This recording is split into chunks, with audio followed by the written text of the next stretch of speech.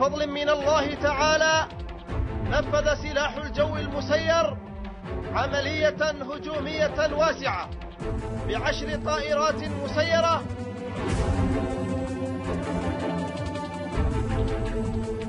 Iran destabilizes this entire region. It supports proxy militias and terrorists. It is an arms dealer to the Houthi rebels in Yemen, and Iran conducts cyber hacking campaigns.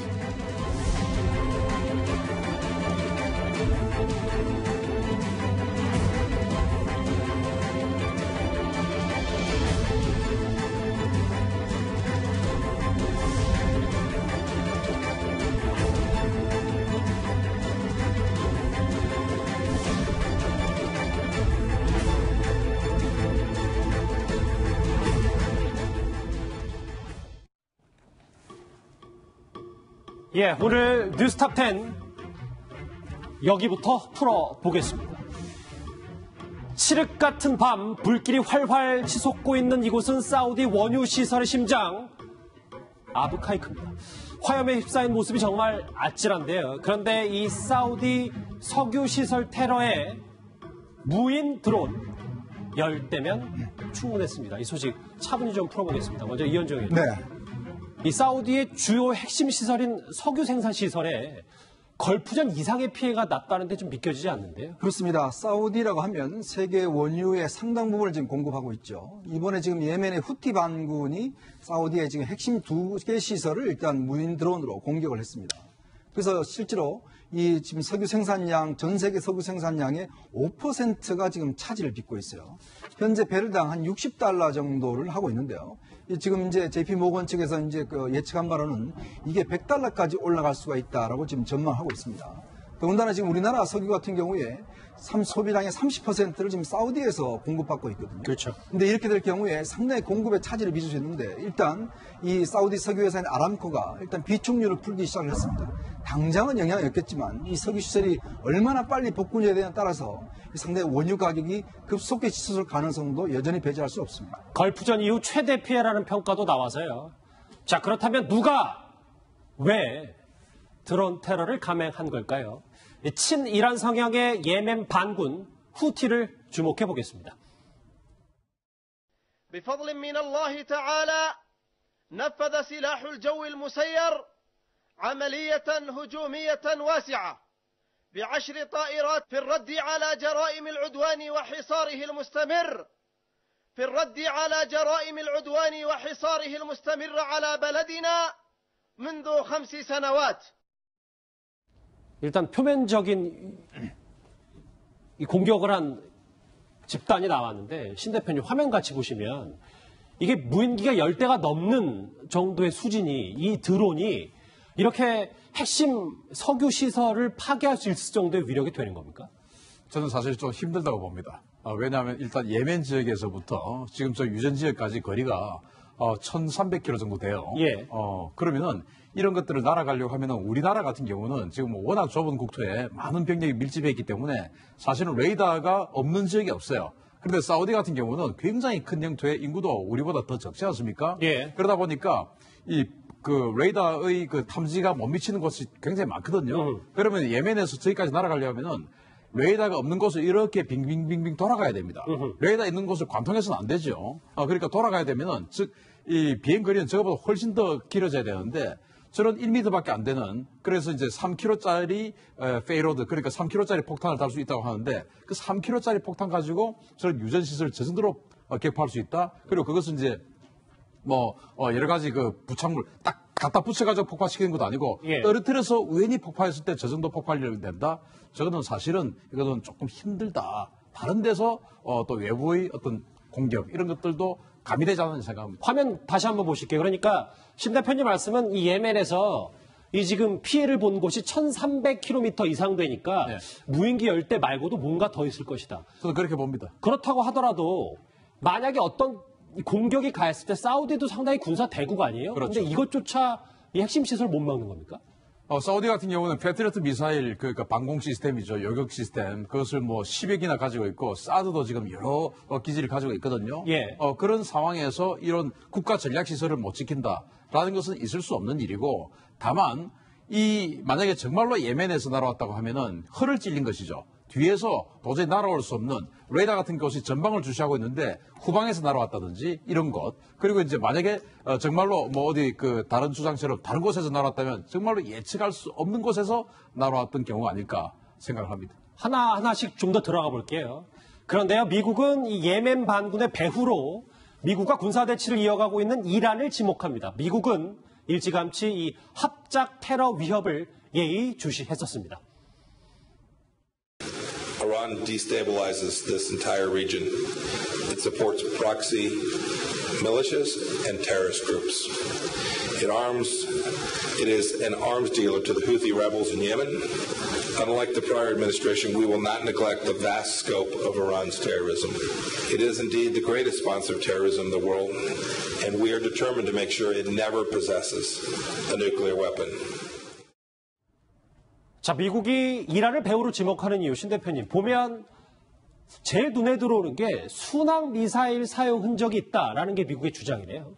그렇습니다. 지금 이제 그 드론을 10대를 동원했다라고 돼 있는데 폭발 흔적은 19개 이상이라고 하지 않습니까? 그러면 나머지 9개는 뭐냐? 이제 이런 거거든요. 그래서 미국은 지금 이제 순항 미사일을 이란이 이라크 국경 지역 쪽에서 사용을 했을 것이다.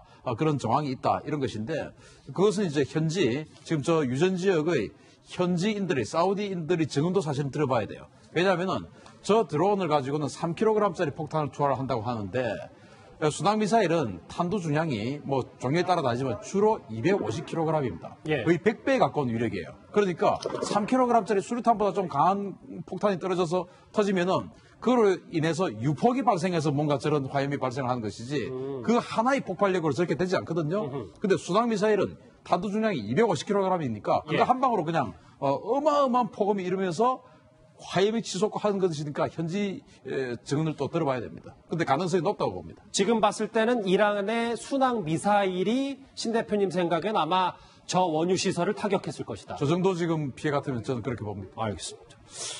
좀 더 보도를 지켜봐야 되겠지만 현재로서는 그렇다.